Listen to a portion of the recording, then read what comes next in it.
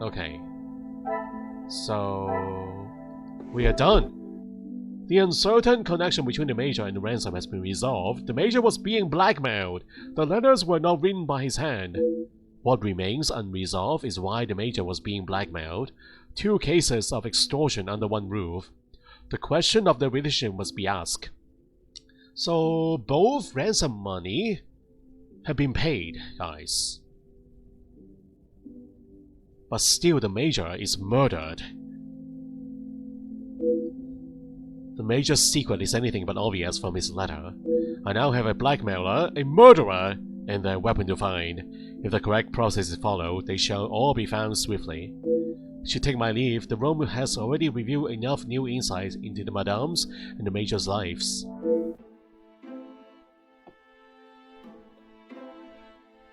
Detective Poirot, I have been asked to inform you that Lady Van den Bosch has returned to her room, and she wishes not to be disturbed. Merci. Madame certainly has mastered the art of subtlety. They may not be the exact words she used, but I'm sure you can imagine. Excuse me, I have some further duties to attend to in the pantry. And may I pay you a visit later on?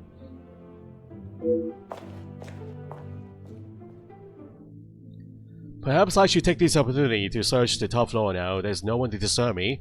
There's one room that holds particular interest. Should inspect the storage room while I have this rare opportunity. The 3rd floor! We haven't been to the 3rd floor. What about the other rooms, guys? Can I go in here? Major's bedroom is locked. Oh. Can I go into my own bedroom? I want to take a nap. I'm exhausted, guys. Let's go take a nap. The storeroom is this way. We are on the 3rd floor already. This is the 3rd floor. Okay, that explains it.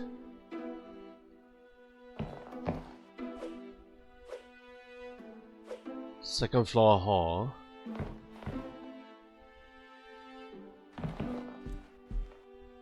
What are we looking for? The grandfather clock.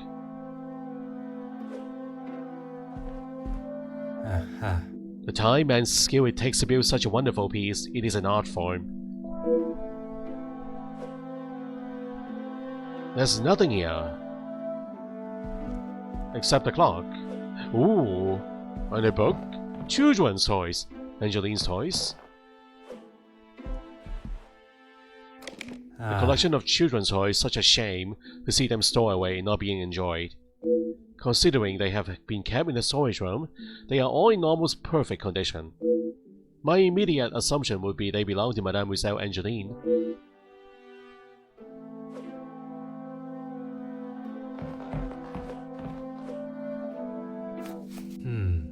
A long storybook rests here. It has obviously been read a great number of times, judging by the condition of the spine and pages. I'm perhaps not the target demographic, but I understand it to be quite popular amongst the young audience. To the real lady of the house, happy birthday. Watching you grow into a proper young lady has been more than words can describe. All my love, Major Felix, your real father. Would not have expected to find such a heartfelt message written by Monsieur Hagan. And to Mademoiselle Angeline, is this the usual inscription you would find from a family friend? Okay, new mind map. Cannot seem to get a straight answer from anyone regarding the Major.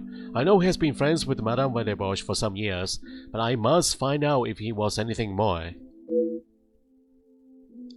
Alright, so... Major is innocent. Major care about Cassandra and Angeline. Appropriate gift. A storybook, gift from the Major. Antiques. We did one connection. The Major resided with the family for a long time. Okay, we got a clue here now. High interest rate. The Major resided with the family for a long time. How are these two connected though? Isn't that odd? I know he paid the ransom money, but how are these connected?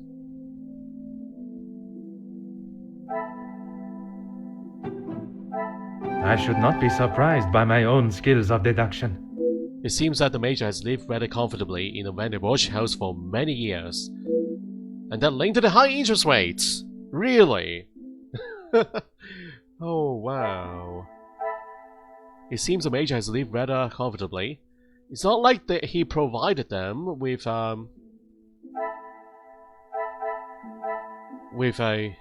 wage or pocket money. Maybe he's the one who provided them with living expenses, guys. Maybe. I don't know. But I thought he took out the loan to pay his ransom. His own ransom money. His own ransom letter. Oh, I talked to Angeline. Okay, let's go back down.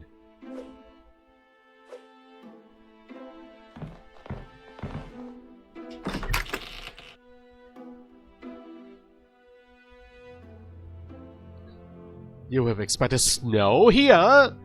In the Bay Area, there's no snow here, Renata. Alright, let's go back down. I want to check out the third floor here. We haven't been here before. Telescope.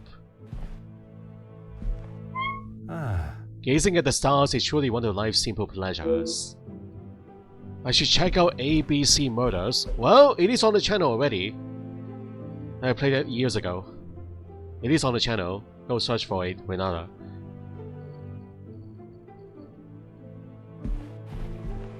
Aha. Could spend every waking moment reading about the adventures of the characters within these books. Those are mystery novels. Paintings. A painting of an atmospheric forest scene, and the artist captured the ambience of the forest perfectly. And this one is the Mountainscape. Oh. The majestic mountain, the tip of which pierces the clouds above.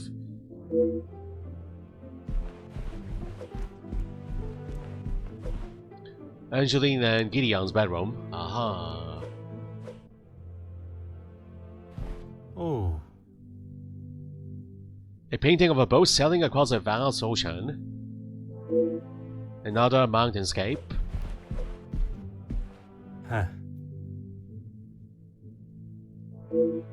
So this is Cassandra's bedroom. It's open to us, guys. She's inviting us in. So you can see how close the Major is to the family, guys. He also lives on the third floor. He is basically part of the family already.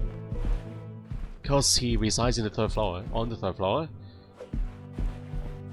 Sorry to intrude again, Madame Cassandra. I want a tour of your bedroom. Show me around, please. More busts inside your room.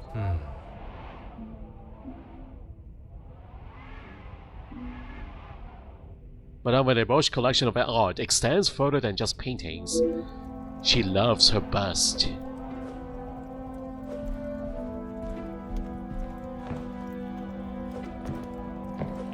Perfume bottle. These perfume bottles look rather expensive. It would be wise to be very careful with them.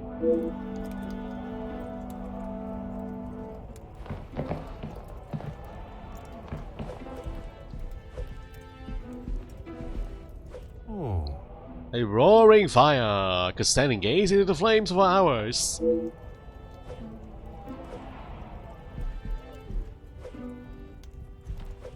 Detective Poirot, what do you think you are doing in here? I have something I wish to discuss with you. Well, I hope it is important enough to justify barging into one's bedroom. Your private quarters, madame. I assure you it is. Good, because this has gone on far too long. We are snowed in this house while a murderer runs amok. I can understand your frustrations, but it is not as simple as... You were once an incompetent officer, and now it seems you are just as incompetent as a detective.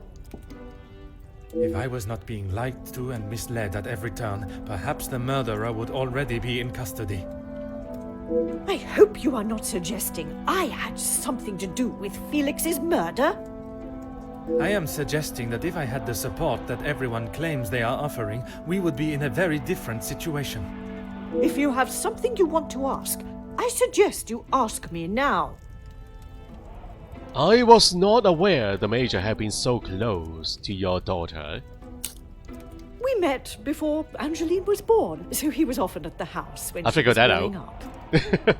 Of course, you guys met before she was born. It was obvious. And where was it you two met? I was attending an event.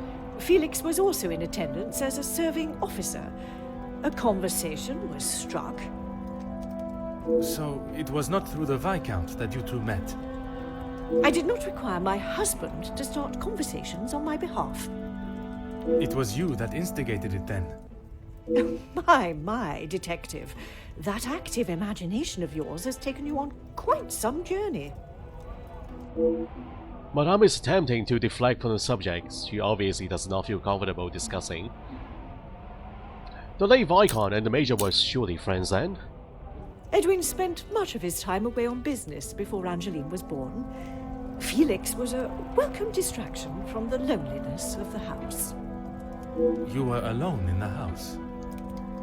The staff continued their duties, of course, but trying to get any sort of sophisticated or cultured conversation from them was like drawing blood from a stone. And when Angeline was born? Edwin remained at home. It was his duty as a father. And the Major? He had his own business and life to tend to, but we remained in touch via letter. Around the time of Edwin's passing, Felix had relocated to the area. Madame is incredibly coy and brief with the information she offers, but with the Viscount's death coinciding with the Major's return, surely a mere coincidence is too far-fetched?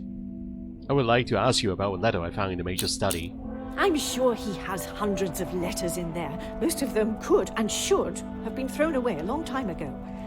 You are going to have to be more specific. I refer to the letter addressed to you, the one of a romantic nature. Romantic nature? Oh, please, detective. Felix did not have a romantic bone in his body. He made his intentions quite clear in the letter. I must admit I myself was surprised. You really do have quite the active imagination, detective. If that is how you wish to interpret it, so be it. But I can assure you, the Major did not think of me that way, and certainly did not include it in a letter. You can deny it all you want, Madame Cassandra. I think that is all for now. Merci, madame.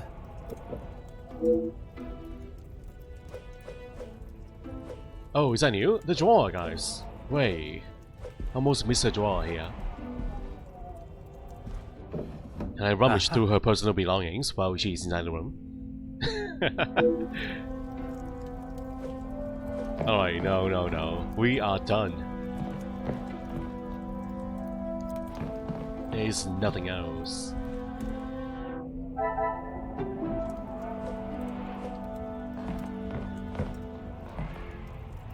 Okay, let's go to the mind map. We have how many connections? We have one over here. Investigate the Major's relationship with the family. Talk to Angeline. Okay. I need to go back downstairs. Let's do that before we do the connection. So this is all for the top floor of the mansion. I'm glad you are enjoying ABC Murders, another Hercule Poirot game, Renata. Perhaps it is time to speak with Mademoiselle Angeline again. She should be able to give us the valuable pieces of the puzzle. Okay, there you are. You changed position, Angeline.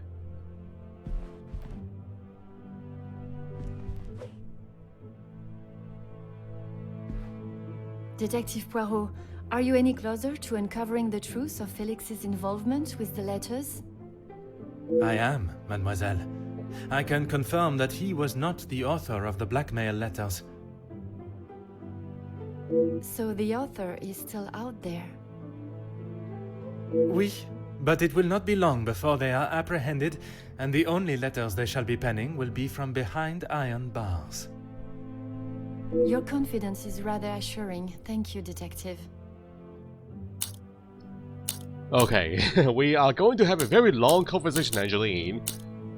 You mind moving to the sitting room, perhaps?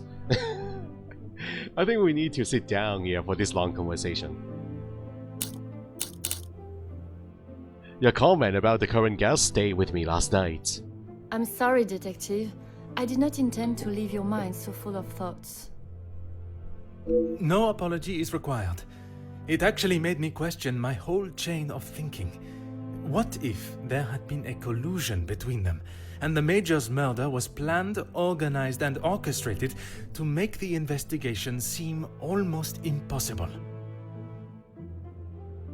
Oh my, Detective, that is quite a theory. Every guest has a motive. You confirm that with the mention of Mademoiselle Conrad and the Major's fight.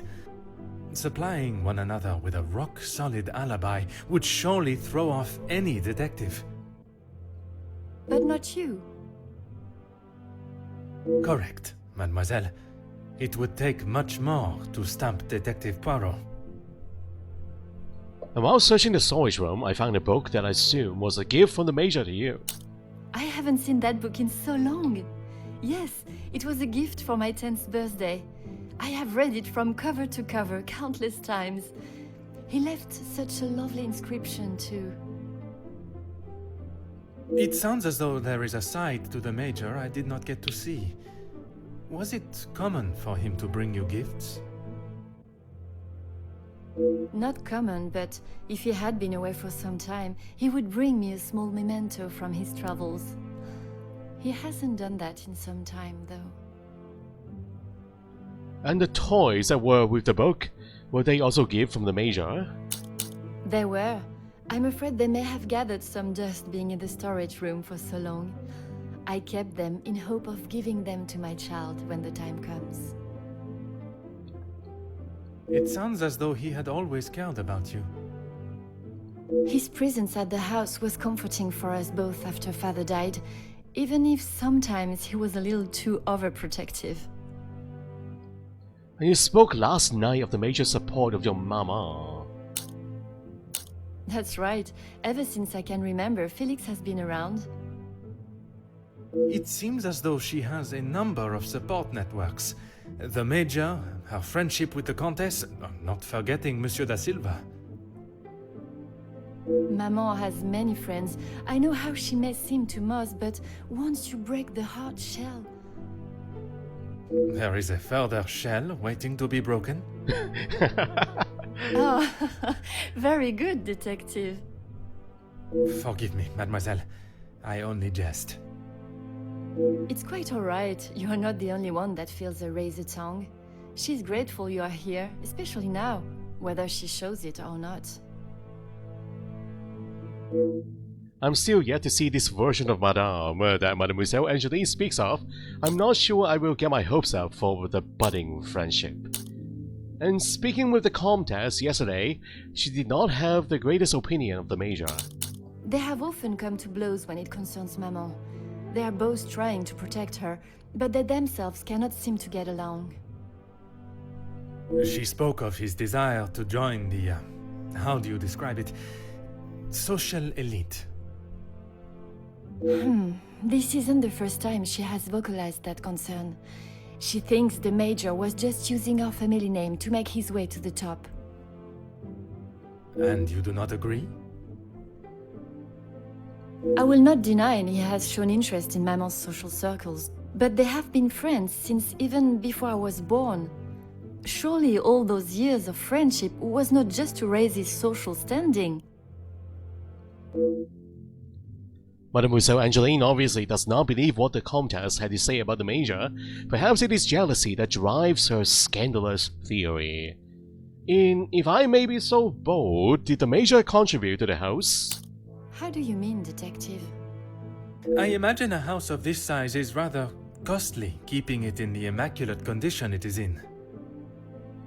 Maman looks after the financial side of the house, but I think she has had to ask him more than once for a contribution of sorts.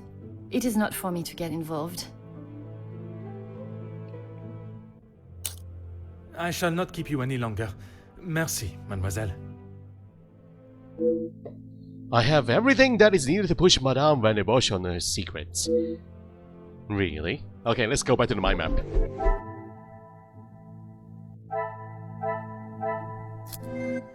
Two connection points.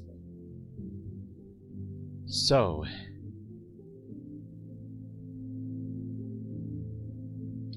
previous birthday gift. Madame kept the Major around. The Major hasn't helped the house financially.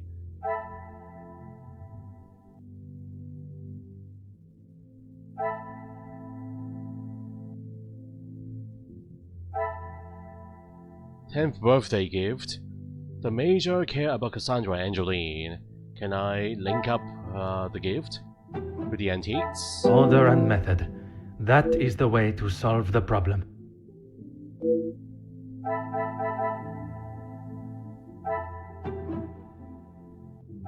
This will not get me any closer to my goal. Most of the time, these connections are not obvious at all, guys. Is there something I am not seeing?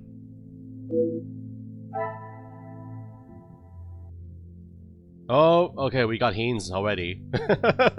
So early, Angeline and Cassandra claims the Major did not love her. Okay.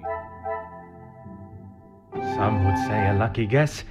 I would say a moment of genius.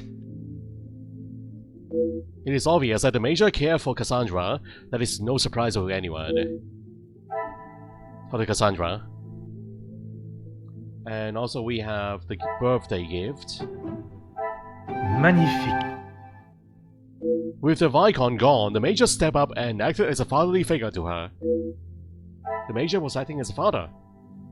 Okay. So let's go talk to Cassandra.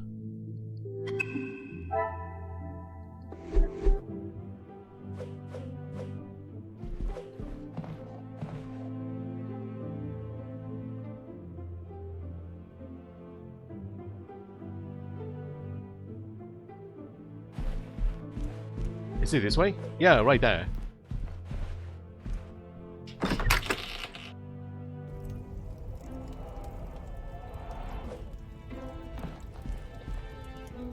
Is this really necessary? If you are correct and the Major had no romantic feelings towards you, why would he keep a photograph of you and Mademoiselle Angeline hidden? He may have stayed in my home, but Felix was a grown man, detective. What he kept, hidden or otherwise, has nothing to do with me. But it does not surprise you that he had such a photograph? We have been friends, and he has been there for Angeline for many years, but you find it strange that he keeps a reminder of us? Perhaps that says more about you, detective. What I do find strange is that if he did hold a flame for you, why he would never express it. If he did, it was not reciprocated. I have not even considered another since my husband's passing. Not that it is any of your business. Maybe you consider another before your husband's passing. Maybe that is the case here. I think that is all for now. Merci, madame. Alright, can we go back to the map? So, a new connection. And this one here at the bottom is new. Cassandra has no romantic feelings towards the Major.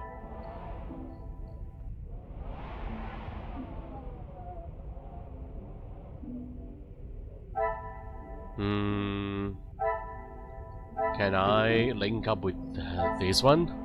Come, my little grey cells. Even though we're crossing We a must picture. think.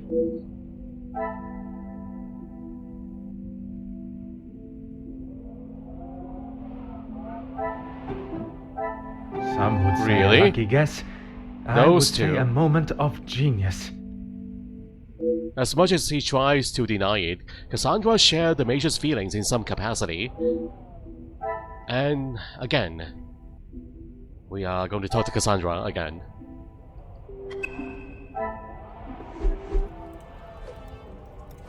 Is this really necessary? Push on why Cassandra has housed the Major for so long. Why did you keep him around for so long? Who I allow in my house is none of your business. I do not have to explain anything to you. I did not think you were one for charity. I would not expect you to think much of anything. There is no need to talk on it any further, but I'm sure you will remember that, financially speaking, we have had our issues. I have all the evidence I need to confront Madame Vanderbosch. It is my approach to the questions that I must consider. She will no doubt be defensive when pushed. But that may be the only way she will not give up any information she does not want to easily. So that means we have to be very forceful, guys. We need to push her. Why is it you protect the name of Monsieur Hagan so resolutely? He was a man that required no protection, Detective. Especially from me. That is the impression I had of him, which is why your defensive stance warrants questioning. Your insistent questioning on such trivial matters are getting on my last nerve. There is a murderer and a blackmailer to be found. That is your job here. His declaration of love meant nothing to you then. Your continued probing into something that does not exist is becoming quite tiresome. Oops, I think that's the wrong choice. Oh no. There is nothing I can tell you that will magically present what you are looking for, Detective. I have grown weary. Oh of no, this I made the wrong conversation, choice. I Poirot. did not save the There game, is nothing more to guys. say. Okay, hold on. You continue reluctance to answer my questions, and defensive nature suggests that there was a shared love between you two. Ooh. That mighty blow. Madame, you continue to withhold the truth. And you continue to get on my last nerve. I am not obliged to tell you every detail of my private life. But when it impedes my investigation, If only you were this focused on finding the blackmailer and... And what? Madame, This is all connected to the case here, so cooperate with me. Very well. I did not lie about how we met. I was attending an event, raising money for... Oh, I cannot recall now. It had been some time since I had returned home, and was rather missing English soil. I was aware of Felix's invitation, or at least that there was to be several British officers attending the party, and that is where our friendship began. He was a warm reminder of home, and I enjoyed conversing with him.